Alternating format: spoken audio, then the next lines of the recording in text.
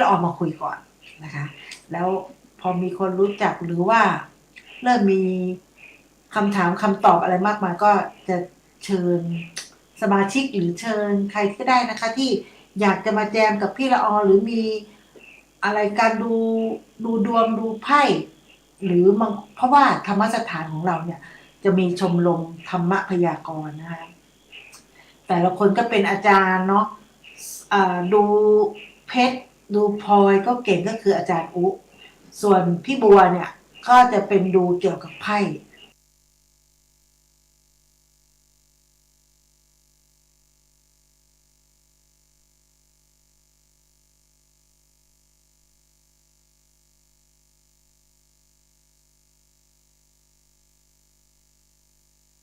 ใครก็ได้นะคะที่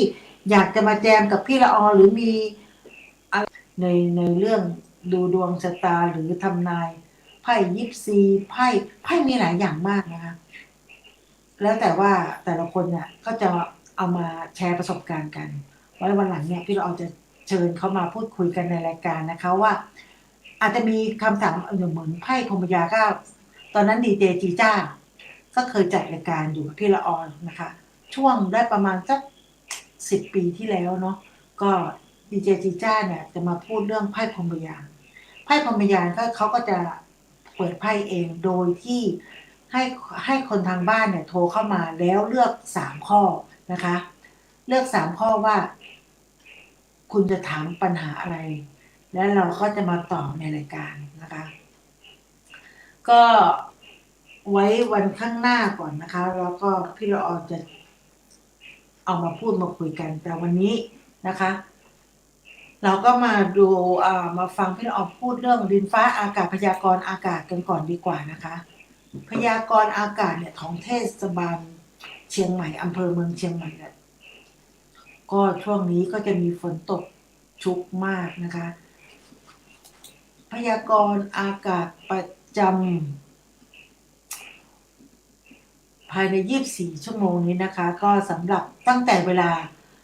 2523.00ถึง23.00ของวันพรุ่งนี้นะคะตั้งแต่5 ทุ่มวันนี้ถึง5 ทุ่มวันพรุ่งนี้นะคะทางภาคเหนือนะคะจะมีฝนฟ้าคะนอง70%ของพื้นที่กับมีฝนตกหนักถึงหนักมากนะคะบริเวณจังหวัดเชียงรายพะเยาลำปางน่านแพร่สุโขทัยอุตรดิตถ์พิษณุโลกและเพชรบูรณ์นะคะ อุณหภูมิต่ำสุดเนี่ยก็มีตั้งแต่23 องศาเซนเซียสถึง25นะคะอุณหภูมิสูงสุดก็32ถึง35 องศาเซนเซียสก็คือร้อนนะคะก็ร้อนไม่ได้ร้อนถึงร้อนมากนะคะส่วนลมตะวันตกเฉียงใต้เนี่ยความเร็ว10ถึง20กิโลเมตรต่อชั่วโมงนะคะอันนี้คือภาคเหนือส่วนภาคตะวันออกเฉียงเหนือก็จะมีฝนฟ้าคะนอง70%ของพื้นที่ กับมีฝนตกหนักถึงหนักมากบางแห่งนะคะบริเวณจังหวัดเลยหนองคายบึงกาฬอุดรธานีสกลนครนะคะนครพนมกาฬสินธุ์ขอนแก่นหนองบัวลำพู101ยโสธรชัยภูมิอำนาจเจริญและอุบลราชธานีนะคะก็ในจังหวัดที่พี่ละออเอ่ยมานี้ก็มีฝนตก70%ของพื้นที่นะคะส่วนภาคกลางนะคะก็จะมีฝนฟ้าคะนอง60%ของพื้นที่กับมีฝนตกหนักบางแห่งนะคะก็บริเวณจังหวัดนครสวรรค์กาญจนบุรีลพบุรีสระบุรีและราชบุรีนะคะอุณหภูมิต่ำสุดก็23ถึง26องศาเซนเซียสนะคะสูงสุดก็33ถึง35องศาเซนเซียสนะคะส่วนภาคตะวันออกนะคะเขาก็บอกว่ามีฝนฟ้าคะนอง70%นะคะของพื้นที่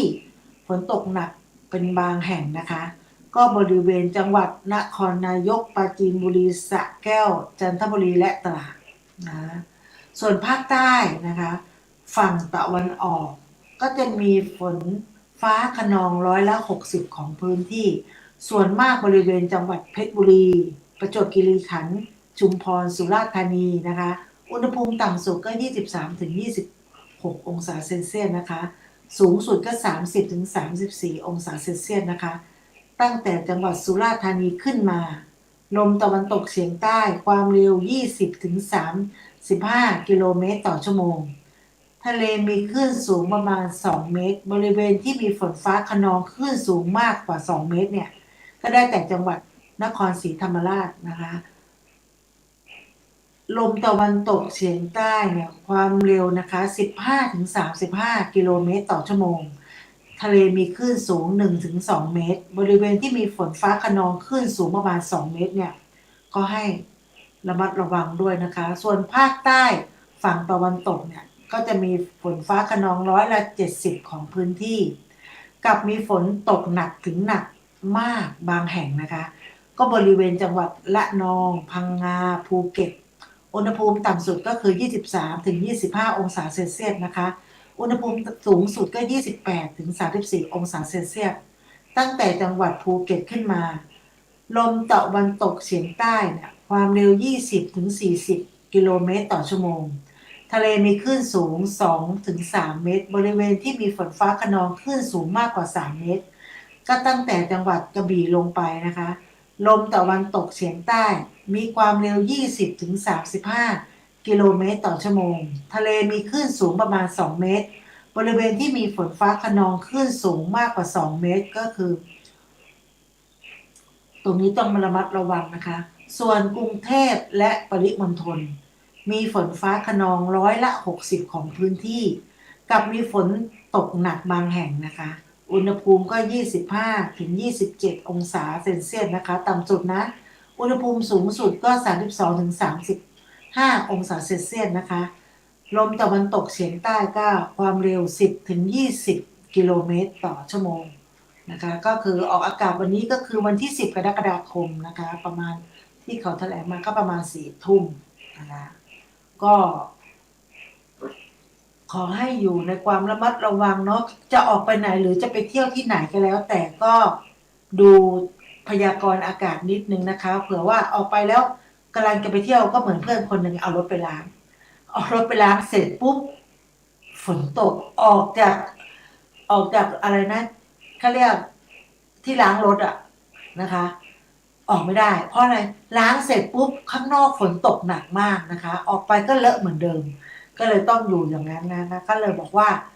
จะเดินทางไปไหนจะเอารถไปล้างหรือจะทำอะไรก็แล้วแต่ให้ดูดินฟ้าอากาศดูพยากรณ์อากาศนิดนึงนะคะว่าช่วงไหนเวลาไหนที่ฝนตกหนักมากหรือ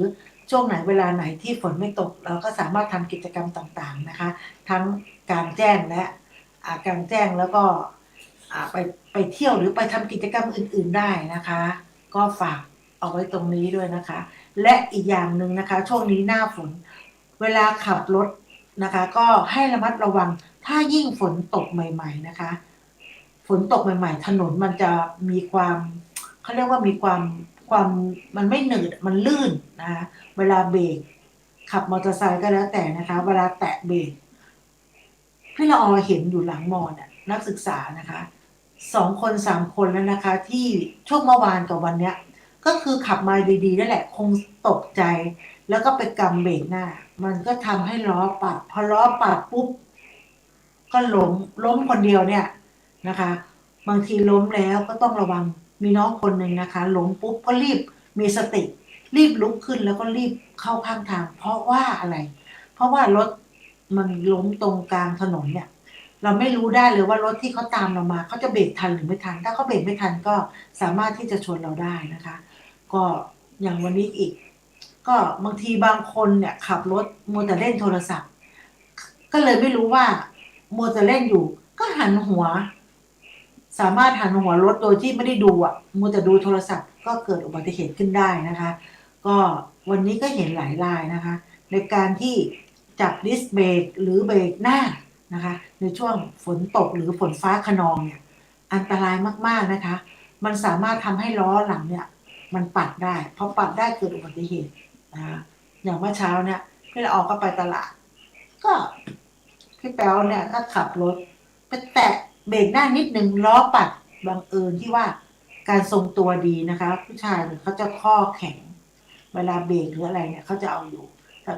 แต่ถ้าเป็นผู้หญิงเนี่ยไม่ระมัดระวังเนี่ยสามารถเกิดอุบัติเหตุได้นะคะก็ฝากเตือนเอาไว้นะคะช่วงหน้าฝนนะคะก็ขับรถก็ให้ระมัดระวังนะคะและอีกอย่างหนึ่งคนที่ขับรถยนต์ เห็นเยอะมากเลยนะคะคือคุณขับรถยนต์คุณไม่เปียกอยู่แล้วนะคะแต่ให้นึกถึงคนที่เดินทางเท้าหรือที่คนที่เขาขับรถมอเตอร์ไซค์มาเวลาน้ำมันฝนตกเยอะๆน้ำมันจะอยู่ข้างถนนนะคะถ้าคุณขับเร็วไปเนี่ยน้ำมันจะกระเซ็นนะคะถ้าไม่เปียกคนอื่นก็ข้างบ้านหรือถูกบ้านประชาชนหรือคนที่เขาเดินอยู่ข้างถนนซึ่งตรงเนี้ยคุณขับไปคุณไม่ได้รู้สึกอะไรหรอก แต่คนที่เขาเดินข้างถนนหรือก็ขับมอเตอร์ไซค์เนี่ยเปียกนะคะแล้วเสื้อผ้าเขาเปียกบางคนที่ใส่เสื้อขาวนักศึกษาใส่เสื้อขาวเลอะก็ไม่สามารถที่จะไปเรียนหนังสือได้เพราะมันเลอะเทอะมากนะคะก็ขอให้ใช้ถนนร่วมกันก็มีเขาเรียกว่าอะไรนะมีความอารมณ์อร่วยซึ่งกันและกันนะคะก็ขอฝากไว้ตรงนี้นะคะต่อไปก็อ่าเป็นข่าว เป็นข่าวอะไรดีเอ่ยข่าวเด่นของเชียงใหม่ตอนนี้นะคะเทศบาลนครเชียงใหม่เนี่ยก็เปิดโครงการนำร่องปรับปรุงคุณภาพน้ำคูเมืองเชียงใหม่คือผ่านกระบวนการธรรมชาติบำบัดนะคะก็ตอนนี้ใครผ่านคูเมืองเนี่ยเห็นเขาก็จะถ่ายน้ำแล้วก็มีการบำบัดน้ำก็ถือว่าเป็นสิ่งเป็นสิ่งที่ดีนะคะก็จะทำให้ เขาเรียกว่าเชียงใหม่น่าอยู่นะคะก็ทำให้น้ำเนี่ยมันใสสะอาดใช้กระบวนการธรรมชาติโดยการนำจุลอินทรีย์ธรรมชาติที่คัดสรรมาประโยชน์เนี่ยมาคืนความเขาเรียกว่าสมดุลให้แก่ธรรมชาติในระบบนิเวศของคูเมืองเชียงใหม่นะคะบริเวณคูเมืองประตูเชียงใหม่อำเภอเชียงใหม่จังหวัดเชียงใหม่นี่แหละนะคะมันก็จะทำให้ใกล้สงกรานต์หรือว่า ไม่ต้องสงกรานต์ถ้าปล่อยให้น้ำเน่าเนี่ยมันบรรยากาศมันก็ไม่สวยไม่น่าดูนะคะแต่ตอนนี้เนี่ยเราขับรถผ่านคูเมืองเนี่ยเป็นอะไรที่แบบสบายสบายตานะคะแล้วก็สวยสองข้างทางนี่ก็จะเป็นสีเขียวสวยจากธรรมชาตินะคะเร่งหน้าฝนเนี่ยปลูกอะไรก็ขึ้นมันก็ทำให้ดูสวยนะคะก็คนที่อยู่เชียงใหม่ก็ฝากนะคะฝากช่วยกันดูแลธรรมชาตินะคะอย่าได้ทิ้งขยะลงไปในคูน้ำอย่าได้เอาสิ่งอ่าเขาเรียกว่าปฏิอะไรที่มันสกปรกอ่ะหรือน้ำเสียน้ำไม่ดีอย่าไปเที่ยวเททิ้งหรือเอาสิ่ง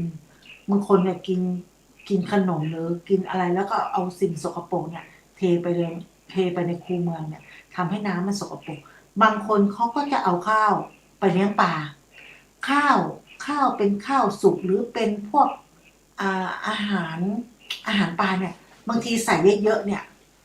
โรยให้เยอะๆเนี่ยมันก็ทำให้น้ำสกปรกได้ถ้าไม่มีการถ่ายเทนะคะก็พอดีทางพ่อเมืองเชียงใหม่ก็ได้จัดทำตรงนี้ขึ้นมาก็ทำให้คูเมืองของเรานี่สะอาดนะคะต่อไปก็จะเป็นกสทชเชียงใหม่เนี่ย เขาก็จะจัดนำร่องจัดระเบียบสายสื่อสารบริเวณสี่แยกหน้าวัดปู่เต้าหลังได้รับการร้องเรียนจากชาวบ้านนะคะก็มีการร้องเรียนกันเยอะมากนะคะพี่ละออเคยได้ยินว่าเมื่อก่อนเนี่ยเขาบอกว่าเขาหาเสียงเนาะบอกว่าอีกหน่อยเมืองเชียงใหม่เราจะไม่มีสายไฟข้างบนละจะอยู่ชั้นใต้ดินหมดเลยไม่ว่าจะเป็นสายเคเบิลทีวีสาย สื่อสารอะไรต่างๆเนี่ยเขาจะเอาไว้ใต้ดินหมดเลยเพราะว่าคนต่างชาติมาเนี่ยเขาก็จะเห็นเนาะไม่ว่าทุกที่นะแถวนี้มาบางทีไฟก็สามารถลุกได้นะคะบางทีไฟไหม้สายสื่อสารเนี่ยมันก็จะตกลงมาห้อยระลงระโยงระยางไปหมดบางคนไม่รู้นะคะนี่คือสายไฟหรือสายเคเบิลหรือสายโทรศัพท์ ไม่สามารถรู้ได้เลยเพราะเราก็ไม่รู้ว่าบางคนไม่รู้นะคะแต่บางคนรู้ก็ไม่โอเคก็ไม่กลัวแต่บางคนไม่รู้เนี่ยอาจจะเป็นสายไฟก็ได้แล้วถ้าเกิดไปโดนขึ้นมาไฟดูดก็อาจทำให้เสียชีวิตหรือบาดเจ็บได้นะคะคราวนี้ทางกสทชเนี่ยเขต32บูรณาการเนี่ย เขตหนึ่งภาคเหนือเนี่ยแล้วเขาก็เลยนำร่องหรือจัดระเบียบสายสื่อสารนะคะที่มัน ระโยงระยางกลางสี่แยกหน้าวัดกู่เต้าเนี่ยรวมเข้าเป็นทางก็คือจัดเป็นระเบียบนะคะหลังได้รับการร้องเรียนจากชาวบ้านพร้อมแก้ไขปัญหาสายสื่อสารเพื่อดำเนินการตามแผนทุกวันนะคะก็คือเน้นแก้ไขจุดที่มีปัญหาสะสมมานานก่อนค่อยๆปรับค่อยๆแก้นะคะแต่ตอนนี้ก็เริ่มบริเวณสี่แยกหน้าวัดกู่เต้านะคะก็ก็จะมีเขาบอกว่ามีหน่วยงานของที่เกี่ยวข้องก็อาทิเช่นก็มีหน่วยงานของกฟทนะคะก็คือเชียงใหม่แล้วก็บมจโทรคมนาคมแห่งชาติแล้วก็ทูนะคะ3BB ตอนนี้ก็คือมีหลายหน่วยงานก็คือทำการปรับตัดสายสื่อสารที่ระโยงระยางพาดผ่านบริเวณสี่แยกให้เป็นระเบียบนะตอนนี้ก็เริ่มนะคะจับมือกันช่วยกันปรับปรุงนะเพราะว่ามันมันมีประเด็นนะกรณีที่เขามีการร้องเรียนขึ้นมาบริเวณเนี้ยมีการร้องเรียนมากขึ้นบริเวณนี้อยู่ใน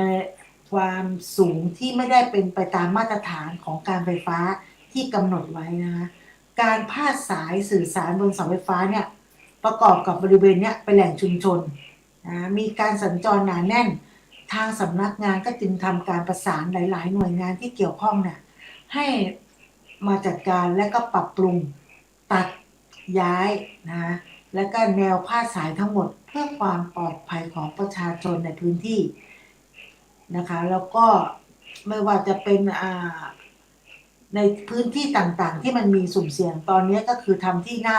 วัดกู่เต้าก่อนนะคะแล้วก็ค่อยๆปรับ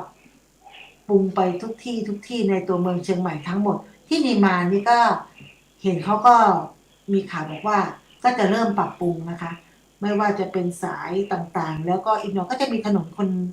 คนเดินนะคะที่นิมานเหมือนกันตอนนี้ก็ทุกคนก็ร่วมมือร่วมใจกันรื้อถอนแล้วก็ร่วมมือร่วมใจกันพัฒนานะคะเมืองเชียงใหม่ให้น่าอยู่พัฒนาเชียงใหม่ให้ดูสวยสดใสไม่อ่าเป็นอะไรที่แบบสายไฟ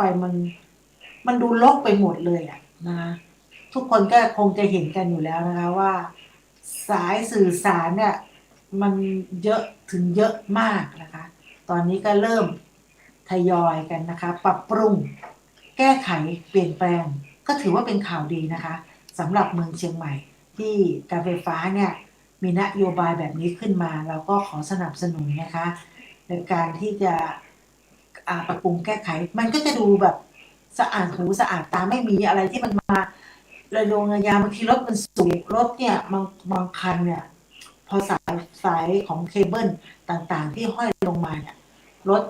บางยี่ห้อที่เขาขนส่งเนี่ยมันสูงก็จะไปชนขาดแล้วก็ทำให้บางทีเราเล่นโทรศัพท์อยู่หรือสายเน็ตอะไรพวกนี้ขาดพี่เห็นนะหลังมอเนี่ยเขามาแก้บ่อยมากแก้บ่อยมากนะคะเพราะอะไรถามพนักงานเขาบอกว่ารถชนสายเคเบิลขาดรถยนต์สายโทรศัพท์ขาดเนี่ยเป็นกรณีแบบนี้นะคะแต่ถ้าทุกคนร่วมมือร่วมใจกันแล้วเอาไว้ใต้ดินมันก็ทำให้บ้านเมืองดูสะอาดหูสะอาดตาและก็น่าอยู่นะคะตอนนี้เรามาเป็นข่าวอะไรดีข่าวที่ว่านี้นะคะมันมีคันนี้เขาบอกว่าเป็นประเด็นจากเก็บตกจากโซเชียลนะคะพาลูกสาวตัดทรงนักเรียนอ๋อที่เป็นข่าวกันนะคะช่างเนี่ยเขาเข้าใจผิดจริงๆแล้วเป็นเด็กผู้หญิงนะคะอันนี้ก็คือในโซเชียลเนี่ยคือดังมากก็มีผู้คนที่เข้าไปดูนะคะเข้าเป็นคลิปวิดีโอเนี่ยพ่อเขาพาลูกสาวไปตัดผมแล้วก็บอกว่าเอาทรงนักเรียนช่างก็เข้าใจผิดก็คิดว่าเป็นเด็กผู้ชายก็เลยจัดทรงนักเรียนชายให้ซึ่งจริงๆแล้วเนี่ยเป็นเด็กผู้หญิงนะคะเขาก็บอกว่าซึ่งเป็นครูโรงเรียนแห่งหนึ่งโพสต์ใน TikTok นะก็ระบุว่าผู้ปกครองเนี่ยบอกกับช่างให้ตัดผมทรงนักเรียนช่างคะนี่ลูกสาวนะคะพร้อมคอมเมนต์ระบุว่าจะโกรธใครก่อนดีระหว่างผู้ปกครองกับช่างตัดผม อดทนเดี๋ยวยาวแล้วก็บอกลูกว่าทนอีกหน่อยนะคะโรงเรียนสามารถไว้ผมยาวได้เพราะผมก็เดิมน้องก็เป็นคนซอยน้องเนี่ยก็ซอยผมสั้นอยู่แล้วก็เลยตัดแบบช่างก็เห็นว่าหน้าตาหรือบางทีเขาใส่แมสไงก็ไม่รู้ว่ามันจะเขาก็เลยไม่รู้ว่าทรงนักเรียนเนี่ยน้องคนนี้ที่มาเนี่ยผมสั้นก็ไม่รู้ว่าผู้หญิงผู้ชายก็เลยตัดผมผู้ชายไปซะเลยแต่ยังดีหน่อยที่เป็นเด็กนะคะก็โอ้ยคุยกันกอดกันบอกเหตุผลน้องก็บอกว่าเมื่อวานหนูร้องไห้แต่ตอนนี้หนูโอเคแล้วเพราะหนูร้องมาจนแบบเหนื่อยแล้วไงก็ก็มีคนแนะนำว่าให้สระผมบ่อยๆนะแล้วก็ใส่ครีมนวดเดี๋ยวผมก็ยาวเด็กสมัยนี้ผมยาวไวนะคะถ้าสระผมทุกวันนะคะก็จะยาวไวอันนี้ก็จะดังใน TikTok นะคะก็คือเขาเรียกว่าช่วงนี้มีอะไรที่น่าติดตามและสนใจนะคะต่อไปจะเป็นอะไรดีอย่าลืมนะคะระหว่างที่พี่ละออหาข่าวอยู่ธรรมสถานวันที่13นี้ก็จะมีการเวียนเทียนนะคะเวียนเทียนที่ลานโพนะคะของธรรมสถานเรายังจัดกิจกรรมอย่างนี้เรื่อยๆนะก็มีคนเข้ามาถามในธรรมสถานเพจของธรรมสถานว่าธรรมสถานปีนี้ยังจัดเวียนเทียนและมีพิธีโอโหสิกรรมไหมนะคะพี่ละออขอตอบตรงนี้เลยนะว่ามีเหมือนเดิมค่ะเคยทำยังไงก็ยังทำเหมือนเดิมนะคะก็ช่วงมาได้ตั้งแต่ประมาณ6 โมงไปนะคะก็คือ18 นาฬิกาเป็นต้นไปนะคะเราก็จะเริ่มนะคะไม่ว่าจะเป็นการสวดมนต์นะคะแล้วก็มีพิธีทำเวียนเทียนกันเรียบร้อยแล้วแล้วก็มาพิธีโอโหสิกรรมนะคะก็จะทำทุกปีครั้งนี้ก็จะเป็นเขาเรียกว่ารอบสุดท้ายเนาะของปีนี้เป็นครั้งสุดท้ายของปีนี้แล้วเขาก็ตอนเข้าพรรษาวันที่13ซึ่งเป็นวันพระใหญ่ด้วยนะคะก็ขอเชิญชวนทุกท่านนะคะก็มาร่วมกันนะคะก็มาเวียนเทียนถ้าไม่รู้ว่าจะไปที่ไหนนะคะก็แวะมาที่ธรรมสถานมหาวิทยาลัยเชียงใหม่ได้นะคะพี่ละออก็จะคอยอยู่ต้อนรับอยู่นะคะก็ดอกไม้ทุกเทียนก็มีนะคะทุกบาททุกตังค์ก็คือเข้าธรรมสถานหมดนะคะใครจะมาทำโรงทานก็ได้นะคะก็เราไม่ว่ากันนะคะเพราะว่าทุกคนมาก็มาด้วยใจกันหมดนะคะมาเวียนเทียนเราก็มีการสวดมนต์เหมือนทุกครั้งที่เราเคยทำนะคะอ่าต่อไปพี่เราจะมาคุยเรื่องอะไรดีครึ่งชั่วโมงแล้วเนาะก็เที่ยงครึ่งแล้วมาดูนี่ดีกว่าทำนายดวงชะตาราศีกันดีกว่านะคะในเมื่อธรรมสถานของเราเนี่ยก็เป็นชมรมธรรมพยากรณ์นะพี่ละออก็จะมาทำนายดวงชะตา12ราศีประจำเดือนกรกฎาคมนี้ดีกว่านะคะใครที่ยังไม่ได้เช็คดวงช่วงนี้นะก็มาดูกันว่าทำนายดวงชะตา12ราศีเนี่ย ตรงกับชีวิตของใครบ้างในช่วงนี้หรือตรงกับของคุณหรือเปล่าก็จะเกิดเรื่องดีๆอะไรบ้างเราไปเช็คกันดีกว่านะคะอันนี้คือส่วนรวมนะคะท่านที่เกิดราศีเมษนะคะก็ตั้งแต่13เมษายนถึง14พฤษภาคมนี่แหละคือจะเรื่องการงานในเดือนนี้ดวงการงานของชาวราศีเมษค่อนข้างจะหงุดหงิดแล้วก็หัวร้อนได้ง่าย กับปัญหาจุกจิกในเรื่องของงานแต่ไม่ต้องกังวลนะคะเพราะจะมีผู้ใหญ่คอยช่วยแก้ไขปัญหาที่เกิดขึ้นสำหรับใครที่ต้องไปทำสัญญาหรือไปเจรจางานสำคัญนั้นมีโอกาสแน่นอนประสบความสำเร็จแบบที่คุณตั้งใจไว้นะคะถ้าเป็นหมอรักเขาจะบอกว่าฟันธงอันนี้เป็นพี่ละอ่อนนะคะการเงินดวงการเงินในเดือนนี้ของเราชาวราศีเมษนะคะก็ยังคงดำเนินไปอย่างเรื่อยๆนะคะคุณมีโอกาสที่จะมีช่องทางในการหาเงินมากขึ้นเดือนนี้นะคะหลักๆคุณจะหมดเงินไปกับค่าใช้จ่ายในการท่องเที่ยวหรือการเดินทางต้องระมัดระวัง เพื่อนหรือคนรอบข้างจะเข้ามาขอยืมเงินนะคะต้องระมัดระวังเรื่องนี้ไว้นะคะส่วนเรื่องของความรักคนมีคู่ในช่วงเดือนนี้คนรักจะเข้ามาคอยช่วยเหลือและแก้ไขปัญหาที่คุณเจออยู่สำหรับคนโสดมีโอกาสพบรักผ่านเข้ามากับการเดินทางนะคะสุขภาพช่วงนี้ต้องระมัดระวังการปวดหัวและนอนไม่ค่อยหลับนะคะต่อไปเป็นราศีพฤษภก็คือตั้งแต่พฤษภาคมถึง14มิถุนายนนะคะการงานของชาวราศีพฤษภเนี่ยเรียกได้ว่าเป็นเดือนแห่งความสำเร็จไม่ว่าจะเป็นการลงทุนหรือการทำธุรกิจนะทุกอย่างจะมีการเจริญเติบโตและดำเนินไปอย่างไม่มีติดขัดแต่คุณจะเหนื่อยนะคะเหนื่อยมากกว่าเดิมแต่รับรองว่าการเหน็ดเหนื่อยในครั้งนี้น่ะสิ่งที่คุณได้สิ่งที่คุณทุ่มเทไปจะได้ผลตอบแทนที่มีเขาเรียกว่าคุ้มค่าอย่างแน่นอนนะคะการเงินในเดือนนี้ดวงการเงินของชาวราศีพฤษภเนี่ยอยู่ในช่วงที่ดีมากหาเงินเข้ากระเป๋าได้อย่างต่อเนื่องสำหรับใครที่มีธุรกิจเป็นของตัวเองหรือทำอาชีพหรือทำมาค้าขายเกี่ยวกับออนไลน์คุณจะขายดิบขายดีได้กำไรมากขึ้นกว่าที่ผ่านมานะคะก็ตอนนี้น้ำขึ้นให้รีบตักนะความรัก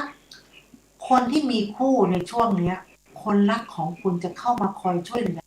ในเรื่องของการงานสำหรับคนโสดระวังคนมีเจ้าของจะเข้ามายุ่งเกี่ยวก็ให้ระมัดระวังเอาไว้นะคะจะคบใครก็ดูให้ดีๆก่อนว่าเขามีเจ้าของหรือเปล่านะคะสุขภาพระวังปัญหาความเครียดที่อาจจะทำให้คุณป่วยได้นะต่อไปเป็นราศีเมถุนนะคะก็คนที่เกิด15มิถุนาถึง14กรกฎาคมนะคะการงานดวงการงานของชาวราศีเมถุนเนี่ยต้องระวังในเรื่องของการทำงานให้ดีนะคะระวังจะมีเหตุการณ์บางอย่างหรือมีเรื่องที่ไม่คาดฝันเกิดขึ้นพยายามวางแผนในเรื่องของการงานนะคะไว้อย่างรัดกุมทางที่ดีนะคะควรวางแผนสำรองเพื่อรับมือกับการเสี่ยงที่อาจจะเจอปัญหานั้นๆได้การเงินในเดือนนี้ดวงการเงินของเราของชาวราศีเมถุนเนี่ยจะมีสภาพทางการเงินที่ดีขึ้นและยังคงมีเงินหมุนเวียนได้อย่างต่อเนื่องส่วนใหญ่เงินที่ได้มาเนี่ยก็จะหามาจากน้ำพักน้ำแรงของตัวเราเองเร็วๆนี้ต้องระมัดระวังคนรอบตัวหรือญาติพี่น้องมาขอยืมเงินคิดให้ดีๆก่อนนะคะที่จะให้ใครยืมความรักคนที่มีคู่ในช่วงเดือนนี้นะคะคุณและคนรักที่เขาบอกว่าความเข้าอกเข้าใจกันมันจะมีมากขึ้นสำหรับคนโสดก็มีเรื่องบางอย่างเข้ามาทำให้คุณรู้สึกว่าไม่อยากมีความรักนะคะสุขภาพช่วงนี้สุขภาพอยู่ในเกณฑ์ที่ดีไม่มีอะไรที่น่าเป็นห่วงนะคะต่อไปราศีกรกฎมาแล้วนะคะชาวราศีกรกฎเนี่ยก็จะเป็นราศีของพี่ละออเองนี่แหละเกิดตั้งแต่15กรกฎาคมถึง15สิงหานะคะการงานของชาวราศีกรกฎในเดือนนี้นะคะมีความโดดเด่นในเรื่องของการงานเป็นอย่างมากเป็นเดือนที่คุณจะกลับมาขยันไฟแรงและกลับมามุ่งมั่นกับการทำงานอีกครั้งหนึ่งสำหรับใครที่มีปัญหาติดขัดในเรื่องงานนะคะเร็วๆนี้ก็จะมีคนที่อายุน้อยเข้ามาทำให้งานของคุณราบรื่นกว่าเดิมแน่นอนนะคะส่วนการเงินในเดือนนี้ดวงการเงินของชาวราศีกรกฎมีเกณฑ์ที่จะได้เงินส่วนแบ่งจากการทำธุรกิจหรือสิ่งที่คุณเคยลงทุนไปเตรียมตัวเปิดกระเป๋ารอรับเงินกันได้เลยนะคะสำหรับใครที่ชอบเสี่ยงโชคในเดือนกรกฎาคมก็พยายามหลีกเลี่ยงการเสี่ยงโชคไว้จะดีที่สุดนะคะความรักคนที่มีคู่ในช่วงนี้ระวังคนอื่นจะเข้ามาทำให้คุณและคนรักผิดใจกันได้ สำหรับคนโสดในช่วงนี้ระวังมีปัญหากับคนที่คุณกำลังคุยอยู่นะคะก็ความรักไม่ค่อยเท่าไหร่นะคะสุขภาพช่วงนี้ต้องระมัดระวังอาการปวดเมื่อยและปวดกล้ามเนื้อนะคะเราก็เป็นอยู่นะคะต่อไปชาวราศีสิงห์นะคะชาวราศีสิงห์เกิดตั้งแต่16สิงหาถึง16กันยาการงานในเดือนนี้ดวงการงานนะคะดวงการงานของชาวราศีสิงห์ก็จะเป็นช่วงที่มีความสุขในการทำงานก็จะกลับเข้ามาหาคุณอีกครั้งหลังจากที่เผชิญความเครียดมานานเป็นช่วงที่ดวงการงานของคุณจะมีเขาเรียกว่าจะฉายแววโดดเด่นจนเข้าตาผู้ใหญ่จนเขาอยากจะมอบโอกาสดีๆที่คุณเองก็อาจจะคาดไม่ถึงก็ได้นะคะการเงินดวงการเงินของชาวราศีสิงห์เนี่ยยังมีรายจ่ายเยอะแบบไม่หยุดไม่ว่าจะเสียเงินแต่ก็ต้องมีเรื่องให้คุณเสียเงินแบบปฏิเสธไม่ได้ทางที่ดีพยายามเซฟเงินและประหยัดให้ได้มากที่สุดเท่าที่จะมากได้ก่อนที่คุณจะหมุนเงินไม่ทันนะคะความรักคนมีคู่ในช่วงเดือนนี้ต่างคนต่างพยายามที่จะสร้างความมั่นคงในชีวิตคู่สำหรับคนโสดก็จะมีคนเข้ามาทำให้หัวใจเป็นสีชมพูนะคะก็ขอให้สมหวังนะคะสุขภาพช่วงนี้ระวังป่วยแบบฉับพลันพยายามดูแลร่างกายสม่ำเสมอนะคะก็พักผ่อนเยอะๆนะคะต่อไปเป็นชาวราศีกันนะชาวราศีกันเนี่ยก็เกิดตั้งแต่17กันยาถึง16ตุลาคมนะคะดวงการงานนะของชาวราศีกันเนี่ยมีเกณฑ์ที่จะประสบความสำเร็จในเรื่องของหน้าที่การงานในเดือนนี้คุณมีดวงอุปถัมภ์ที่โดดเด่นมากที่สุดเลยส่วนงานใครที่เจอปัญหาอยู่นั้นนะคะก็ไม่ต้องกังวลคุณจะมีผู้ใหญ่หรือคนที่มีอำนาจก็จะเข้ามาสนับสนุนและส่งเสริมให้งานของคุณนั้นเป็นแบบที่คุณหวังไว้นะคะการเงินในเดือนนี้ดวงการเงินของชาวราศีกันจะมีสภาพคล่องทางการเงินดีขึ้นกว่าช่วงที่ผ่านมาแล้วก็ใครที่เคยเอาเงินไปลงทุนหรือหุ้นอะไรไว้เร็วนี้เร็วเนี้ยคุณมีเกณฑ์ได้ผลตอบแทนในสิ่งที่คุณเคยลงทุนไปนะคะใครที่ชอบเสี่ยงโชคเตรียมรอลุ้นกันเลยนะคะคุณมีเกณฑ์จะถูกรางวัลแน่นอนนะคะส่วนความรักคนที่มีคู่ในช่วงเดือนนี้ต่างคนต่างไม่ค่อยมีเวลาให้กันสำหรับคนโสดก็จะมีคนใกล้ตัวอยากพัฒนาความสัมพันธ์ให้มากกว่าการเป็นเพื่อนนะคะความสุขภาพในช่วงนี้ต้องระวังเรื่องอาหารการกินให้ดีมีเกณฑ์อาหารเป็นพิษนะคะต่อไปจะเป็นราศีตุลนะคะชาวราศีตุลเนี่ยก็เกิดตั้งแต่17ตุลาถึง15พฤศจิกายนนะคะการงานดวงการงานของชาวราศีตุลในเดือนนี้ก็จะค่อนข้างเหนื่อยนะคะกับปัญหาของการทำงานจะขอความช่วยเหลือใครก็ไม่ค่อยได้นะคะต้องทำเองหรือพึ่งตัวเองแล้วพึ่งตัวเองไว้จะดีที่สุดเร็วๆนี้นะคะคุณมีเกณฑ์จะเจอคนที่ทำงานนะคะเจอคนที่ทำงานนะคะเข้ามาทำให้คุณไม่สบายใจนะคะอีกด้วย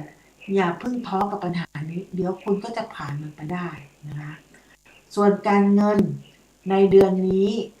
ดวงการเงินของชาวราศีตุลมีเกณฑ์ที่จะหมุนเงินได้ดีกว่าเดิมคุณมีเกณฑ์ที่จะได้เงินก้อนจากสิ่งที่คุณร่วมลงทุนหรือร่วมหุ้นไปสำหรับใครที่เจออุปสรรคทางการเงินแล้วก็รู้สึกว่ากำลังแก้ไขไม่ได้และอีกไม่นานก็จะมีคนเข้ามายื่นมือให้ความช่วยเหลือคุณนะคะส่วนความรักคนมีคู่ในช่วงนี้ก็เตือนให้ระวังมือที่สามจะเข้ามาทำให้ความรักของคุณเกิดความสั่นคลอน สำหรับคนโสดลองเช็คดูให้แน่ใจว่า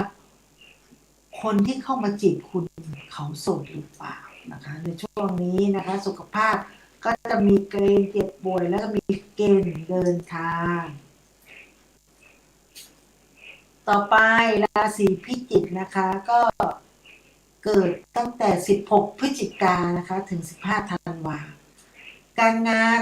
ดวงการงานของชาวราศีพิจิกนะคะในเดือนนี้เรียกได้ว่าได้ดีเลยนะคะการงานของคุณจะดำเนินไปได้อย่างราบรื่นและไม่ค่อยมีปัญหาและมีโอกาสประสบความสำเร็จได้ตามที่คุณปรารถนาเร็วๆนี้จะมีโอกาสที่ดีเกิดขึ้นกับการงานของคุณนะคะ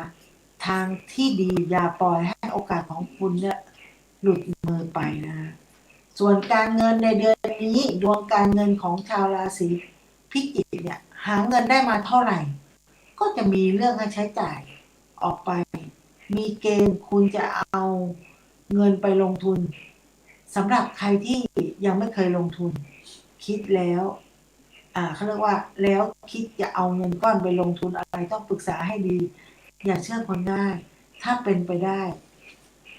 เขาเรียกว่าควรลงทุนระยะสั้นเพื่อก่อให้เกิดผลกำไรดีกว่าส่วนความรักคนที่มีคู่ในช่วงนี้ค่อนข้างจะไม่โอเคกับคนรักอาจจะเป็นเพราะมีแต่เรื่องทำให้คุณคิดมากจนทำให้ตัวคุณเองรู้สึกไม่ดีสำหรับคนโสดยังไม่มุกอ่อนนะคะกับความรักที่ผ่านมาสุขภาพช่วงนี้ไม่ค่อยดีนะคะก็มีเขาเรียกว่าสำหรับช่วงที่ไม่สบายอยู่เนี่ยในเดือนนี้อาการของคุณมีเกณฑ์ที่จะดีขึ้นสำหรับคนที่ป่วยนะคะต่อไปเป็นราศีธนูนะคะเกิด16ธันวาถึง14มกราการงานดวงการงานของชาวราศีธนูในเดือนนี้พยายามตั้งสติให้ดีนะคะคุณมีเหตุการณ์ที่จะเปลี่ยนแปลงในหน้าที่การงานที่คุณทำให้อยู่ซึ่งการเปลี่ยนแปลงในครั้งนี้นะคะค่อนข้างจะทำให้คุณเขาเรียกว่าทำให้คุณปวดหัวพอสมควรรวมถึงต้องระวังในเรื่องของการติดต่อประสานงานที่ไม่เป็นไปตามที่เราต้องการส่วนการเงินในเดือนนี้ดวงการเงินของชาวราศีธนูนะมีเขาเรียกว่ามีช่องทางในการหาเงินอยู่เรื่อยๆแต่ก็มีเรื่องที่จำเป็นต้องใช้จ่ายอยู่ตลอดเวลานะคะในช่วงเดือนนี้พยายามประหยัด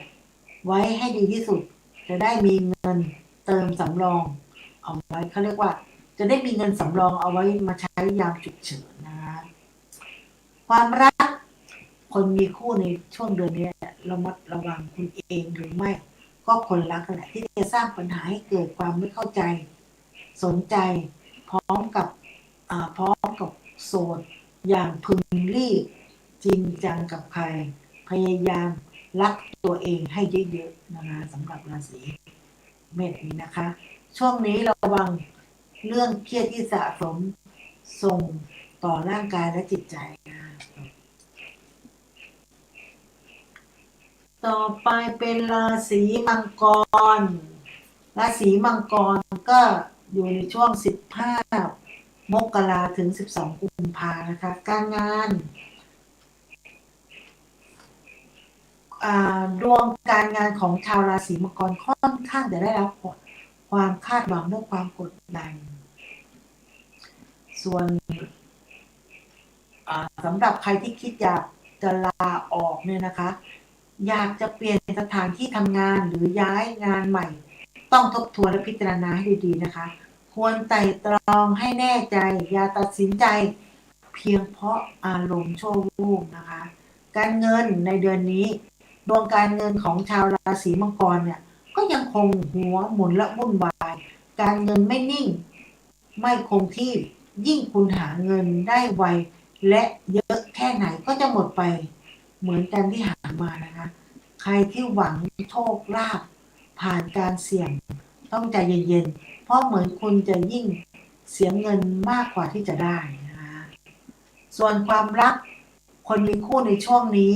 เดือนนี้ไม่ผิดหวังนะ ใจกันจากคำพูดของคุณหรือไม่ก็จากคำพูดของคนรักสำหรับคนโสดมีเกณฑ์พอพบเจอคนที่ถูกใจนะคะสุขภาพช่วงนี้ต้องระมัดระวังอุบัติเหตุเล็กๆน้อยๆที่ทำให้คุณเจ็บตัวได้นะคะก็ให้ระมัดระวังนะคะหมดหรือยังราศีมังกรไปแล้วราศีเมษเหลืออีกราศีเมษก็15 มีนาถึง16 เมษายนนะคะการงานในเดือนนี้ดวงการงานของชาวราศีเมษจะมีข่าวดีในเรื่องของการทำงานรวมถึงโปรเจกต์ต่างๆใหม่เข้ามาให้คุณรับผิดชอบเรียกได้ว่าเป็นจังหวะที่คุณจะได้มีผลมีประสบการณ์และการเติบโตมากขึ้นแต่ก็ขึ้นอยู่กับความเหน็ดเหนื่อยแต่มันก็คุ้มอยู่นะกับการเสี่ยงของคุณที่คุณได้รับส่วนการเงินดวงการเงินของชาวราศีมีนเนี่ยนะคะก็จะมีรายจ่ายแบบไม่หยุดยังคงไม่มีเงินเก็บเหมือนเดิมได้มาเท่าไหร่ก็ใช้เยอะมากกว่าที่หามาได้สำหรับใครที่ใช้บัตรเครดิตในช่วงนี้คุณต้องรอบคอบและระวังตัวให้ดีระวังจะโดนการโจรกรรมบัตรเครดิตโดยที่ไม่รู้ตัวนะคะความรักในในช่วงที่มีเดือนนี่เขาบอกว่าในช่วงนี้นะคะจะมีรายจ่ายแบบไม่หยุดยังคงไม่มีเงินเก็บเหมือนเดิมได้มาเท่าไหร่ก็ใช้ไปเท่านั้น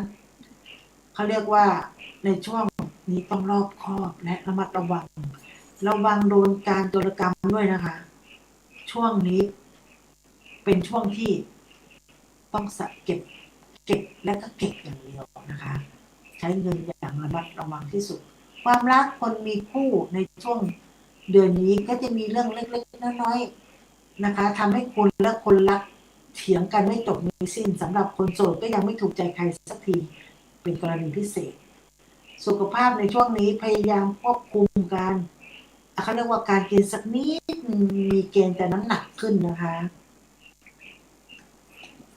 กินเยอะก็น้ำหนักเพิ่มขึ้นเยอะนี่คือการทำนายดวงชะตาทั้ง12ราศีประจำเดือนกรกฎาคม2565นะคะก็ฝากเอาไว้นะคะสำหรับราศีต่างๆที่พี่ละออนได้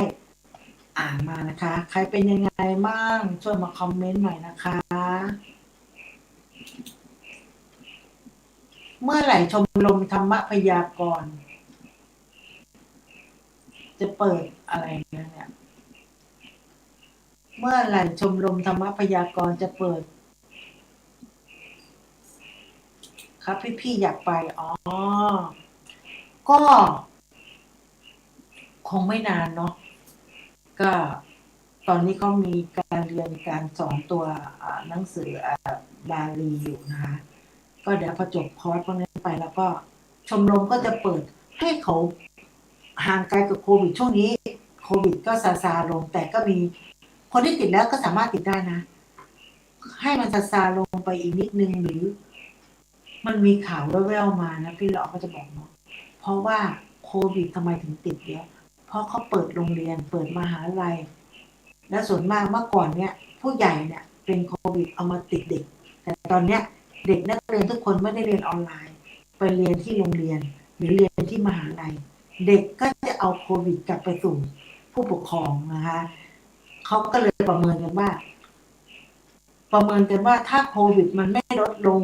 นะคะถ้ามีอัตราที่เพิ่มขึ้นเรื่อยๆมีแนวโน้มในเดือนสิงหาคมเนี่ยอาจจะกลับไปเรียนออนไลน์เหมือนเดิมนะคะซึ่งพ่อค้าแม่ค้าก็ไม่อยากให้มันเกิดเหตุการณ์แบบนั้นนะคะเพราะกำลังลืมตาอ้าปากได้พ่อค้าแม่ค้าเนี่ยปิดถนนคนเดินปิดกาดนัดก็ทำมาหากินลำบากนะคะบางคนก็ตกงานนะคะเลิกจ้างเพราะว่านายจ้างไม่สามารถที่จะพยุงรายจ่ายที่มันเยอะมากถึงเยอะมากได้นะคะก็เหมือนกับเซ็นทรัลนะคะเซ็นทรัลอยู่กับเชียงใหม่มาเนี่ย30 กว่าปีละนะคะยุคสมัยมันเปลี่ยนไปนะคะเขาเรียกว่าห้างมันก็เกิดขึ้นเยอะคนก็เบื่ออันเก่าก็ไปเดินอันใหม่คราวนี้ มันก็มีแต่เพิ่มรายจ่ายอย่างเดียวนะคะห้างใหญ่ๆเนี่ยถึงจะบางคนเขาก็เข้าไปตากแอร์นะคะแอร์มันต้องเย็นฉ่ำทั้งห้างนะคะเย็นฉ่ำทั้งห้างถ้าไม่เปิดมันก็ไม่มีคนเข้าก็ต้องเห็นใจกันเนาะก็คือห้างเซ็นทรัลเนี่ยก็ได้เขาบอกว่าปิดชั่วคราวนะปิดชั่วคราวก็มาดูกันก่อนก็ได้นะคะต่อไปก็คืออย่างน้องวันบอกเมื่อไหร่ชมรมบำบัดพยากรณ์จะเปิดก็คืออย่างที่พี่ละออพูดนะถ้ามันเหตุการณ์ในช่วงนี้มันโควิดมันน้อยลงไปเนี่ยเราก็มีโอกาสเปิดคอร์สปฏิบัติเปิดคอร์สชมรมเปิดคอร์สที่จะสอนนะคะเขาเรียกว่าชมรมธรรมะพยากรณ์ก็มีเรามีเรียนกัน3 รุ่นแล้วนะคะ3 รุ่นที่4เนี่ยถ้าพี่ละออไม่ผิดไม่จำผิดนะคะพี่ละออเข้าทุกรุ่นนะแต่เรียนไม่รู้เรื่องสักรุ่นหนึ่งคือเข้ามาฟังมาเขาเรียกว่ามาดูว่าการเรียนเป็นยังไงเราสามารถที่มันต้องใช้ความจำความท่องจำนะคะท่องจำในตัวในศาสตร์ของเลขหรือราศีมันจะเคลื่อนดวงดาวตรงนั้นตรงนี้มันจะเคลื่อนย้ายไปต้องจำให้ได้นะคะส่วนพี่ละออเนี่ยเคยเรียนตัวเลขกับอาจารย์กิจคุณนิติกิจเนี่ยนะคะตั้งนานและตอนนั้นเขาก็ยังไม่ค่อยนิยมกันเรื่องดูเบอร์เท่าไหร่นะคะก็เป็นอาจารย์เดียวกับคุณแมนดาลินนั่นแหละเราก็มาดูเบอร์โทรศัพท์เรียนรู้พี่อ๋อก็จะจดจำการดูเบอร์โทรศัพท์นะคะก็จดจำไปเรื่อยๆท่องไปเรื่อยๆดูไปเรื่อยๆเรื่อยๆมันก็จะเข้าสมองมันก็จะจำได้พอจำได้แล้วการเรียนที่ดีที่สุดก็เหมือนกับการที่มาเรียนธรรมะพยากรณ์เนี่ยก็ต้องฝึกดูดวงฝึกเอาดวงคนนู้นคนนี้มาทายมาดูกันนะคะเพื่อให้มีความแตกฉานนะคะข้อคงไม่นานนะคะเราก็จะเปิดคอร์สต่อไปนะคะตอนนี้ก็ขออดใจรออีกน้อยหนึ่งนะคะน้องวันอ้าวอีก10 นาทีนะคะอีก10 นาทีเนี่ยพี่ละออก็จะได้ล่ำลาไปก็ไหนๆอีก10 นาทีนี้เราจะมาพูดเรื่องพี่หน่อยลืมทุกครั้งเลยนะว่าจะมาพูดเรื่องว่าคอร์สปฏิบัติธรรมของเดือนหน้าวันที่เท่าไหร่พี่ละออก็ลืมเนี่ยลืมดูปฏิทินเพราะพี่ละออจะจดเอาไว้นะว่าคอร์สอบรมปฏิบัติธรรมของธรรมสถานเนี่ยมันจะมีทุกเดือนนะคะก็จะมีคอร์สก็คือ2 วันส่วนมากจะเป็นวันวันเสาร์อาทิตย์แต่คนที่มาปฏิบัติธรรมเนี่ยเขาก็จะมาตั้งแต่คืนวันศุกร์แล้วนะคะแต่มีเดือนเนี้ยเป็นกรณีพิเศษเพราะว่าเราไม่เอาตรงกับศุกร์เสาร์อาทิตย์เราก็จะมาตรงกับวันอาสาฬหบูชานะคะก็วันที่12กับ13นี้ก็เชิญชวนนะคะเชิญชวนทุกคนที่อยากมาปฏิบัติธรรมนะคะเรามีที่พักนะคะคุณมาแต่ตัวแล้วหัวใจนะคะอาหารการกินเนี่ยพี่ละออนจะเป็นคนทำให้นะคะแล้วก็การปฏิบัติธรรมก็จะมีครูบาอาจารย์เนี่ยมาสอนให้นะคะก็มาสมัครได้ด้วยตนเองหรือโทรมาหาพี่ละออก็ได้นะคะก็คือคนที่จะมาปฏิบัติธรรมคอร์สหรืออยากจะมาเข้าพักหรืออย่างเนี้ยมีมีกลุ่มแพนด้านะคะก็เข้ามาโทรมาหาพี่ละออก็ได้เบอร์มาจากน้องวันนะคะก็โทรมาถามพี่ละออว่าพี่ละออ่าวันที่13นี้มีการเวียนเทียนไหมพี่ละออก็เลยบอกว่ามีค่ะแล้วก็บังเอิญมีคอร์สปฏิบัติธรรมด้วยซึ่งเขาก็มาจากกรุงเทพก็มากัน3 คนนะคะก็คือพี่ชัยนั่นแหละการได้พูดคุยแนะนำรู้จักกันแล้วก็วันที่12ก็จะเจอกันนะคะกับพี่ชัยเขามาจากกรุงเทพนะคะก็จะมาเข้าคอร์สปฏิบัติธรรมแล้วก็จะมีก็เวียนเทียนด้วยแล้วก็มีพิธีอโหสิกรรมด้วยนะคะก็ขอเชิญชวนนะคะพี่น้องทุกคนนะคะก็มาได้ใครที่อยากจะตั้งโรงทานก็ได้นะคะหรือจะเป็นน้ำปานะให้สำหรับพระสงฆ์ก็ได้นะคะก็เชิญชวนสำหรับดอกไม้ทุกเทียนพี่ พี่ละออก็จะมีหรืออยากจะทำมาเองก็ได้ แต่ถ้าเกิดว่าไม่ทำพี่ละออก็จะมีให้นะคะ แล้วแต่จะทำบุญนะคะ ก็เงินทุกบาททุกสตางค์ก็จะเอาเข้าสู่ธรรมสถานเป็นค่าน้ำค่าไฟหรือเป็นกิจการของสงฆ์ที่สงฆ์จะเอาเงินตรงนี้ไปทำอะไรก็แล้วแต่สงฆ์นะคะเหลืออีก8 นาทีจะได้ลำลากันเนาะคะจะว่าไงดีก็สำหรับคอร์สปฏิบัติธรรมใครที่อยากจะเป็นเจ้าภาพเจ้าภาพเจ้าภาพโรงทานนะคะเจ้าภาพโรงทานในการที่ผู้ปฏิบัติธรรมมาปฏิบัติธรรมเนี่ยเราจะทำกับข้าวมันก็ต้องใช้ปัจจัยใช้เงินนะคะใครอยากจะร่วมบุญตรงนี้ก็ร่วมได้นะคะก็เดี๋ยวพี่ละออจะโพสต์เอาไว้ใน Facebook ก็ได้นะคะแล้วหรืออาจจะโทรมาหาพี่ละออก็ได้นะคะพี่ละออบอกรอบเดียวเนอะเบอร์โทรศัพท์นะคะ0804626464นะคะก็โทรเข้ามาได้นะคะพี่ละออก็จะให้เพราะตอนนี้เขาเรียกว่าอะไรสมุดบัญชีของธรรมสถานพี่ละออไม่ได้พกมาไม่ได้จดมานะคะก็ไว้คราวหน้าก่อนนะร่วมบุญกันได้นะคะกับธรรมสถานนะคะไม่ว่าจะเป็นค่าอาหารนะคะค่าอาหารของผู้มาปฏิบัติธรรมหรือทุกวันอาทิตย์ของธรรมสถานก็จะมีการมีคอร์สทุกวันอาทิตย์นะคะของเดือนเนี่ยก็จะมีสังฆทานทิพย์นะคะสังฆทานทิพย์ทุกวันอาทิตย์ก็จะมีนะคะส่วนต้นเดือนของเดือนต่อไปหรือของทุกเดือนเราก็จะมีเขาเรียกว่าอะไรนะสัตตสังฆทานนะคะสัตตสังฆทานเนี่ย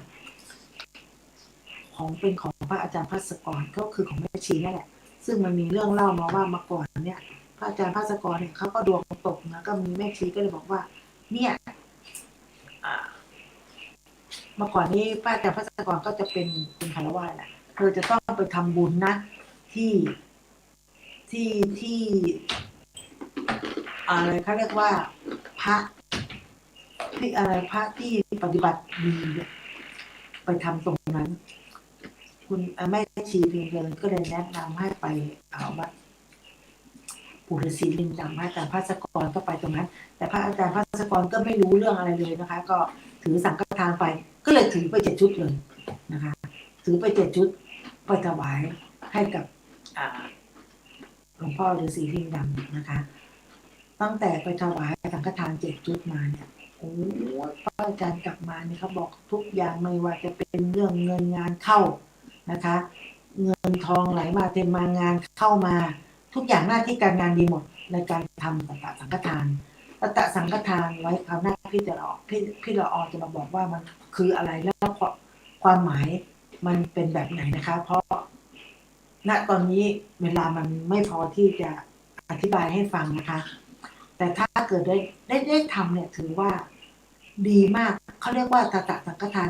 ครอบคลุมหมดทุกอย่างนะคะคือมันได้หมดนะคะพ่อแม่ปู่ย่าตายายญาติพี่น้องนะคะครูบาอาจารย์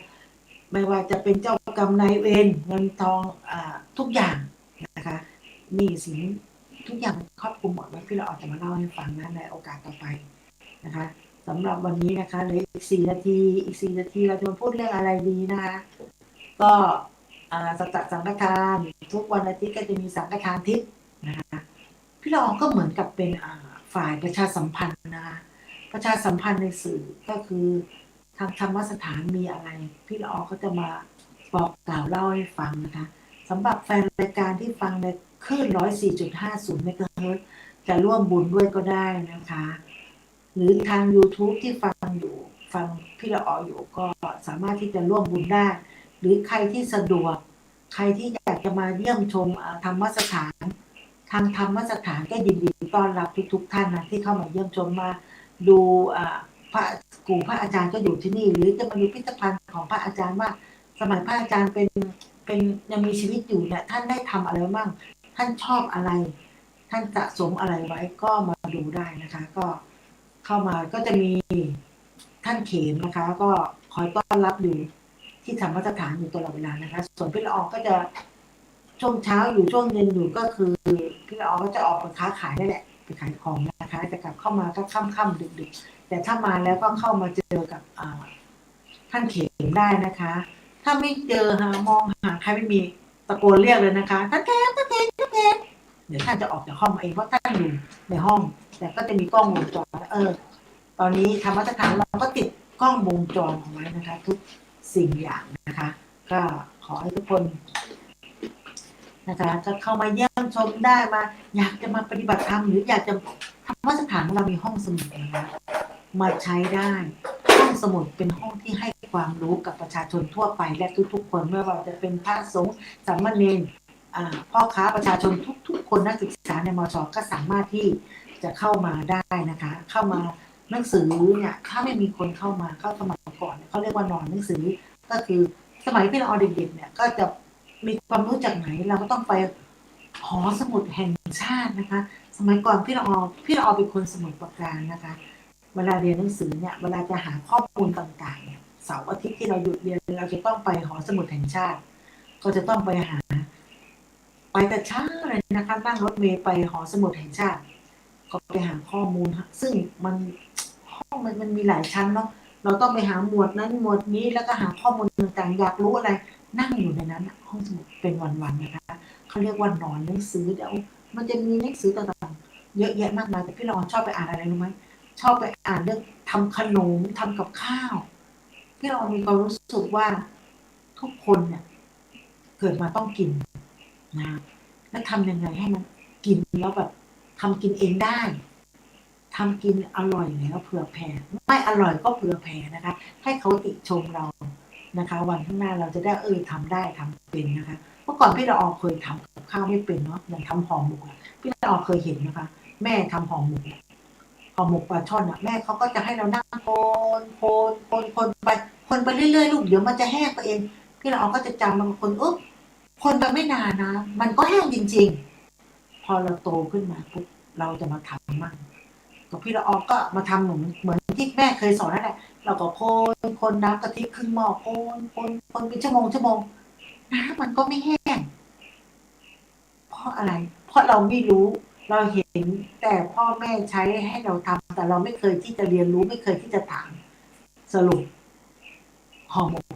น้ำจงเจงเป็นแกงไปเลยนะก็คืออันนี้แหละค่ะคือห้องสมุดเดี๋ยวนี้ห้องสมุดก็เลยไม่ค่อยมีความสำคัญเท่าไหร่นะคะส่วนมากดูในโซเชียลถ้าส่วนมากนะคะหยิบโทรศัพท์ขึ้นมาเข้า Google พี่กูรู้ทุกเรื่องนะคะพี่กูรู้ทุกเรื่องจะทำอะไรจะทำขนมจะทำกับข้าวอยากดูรถอยากฟังเพลงทุกอย่างพี่กูรู้ทุกเรื่องนะคะสำหรับวันนี้จะตี 1แล้วนะคะพี่ละออก็ผิดพลาดประการใดนะคะ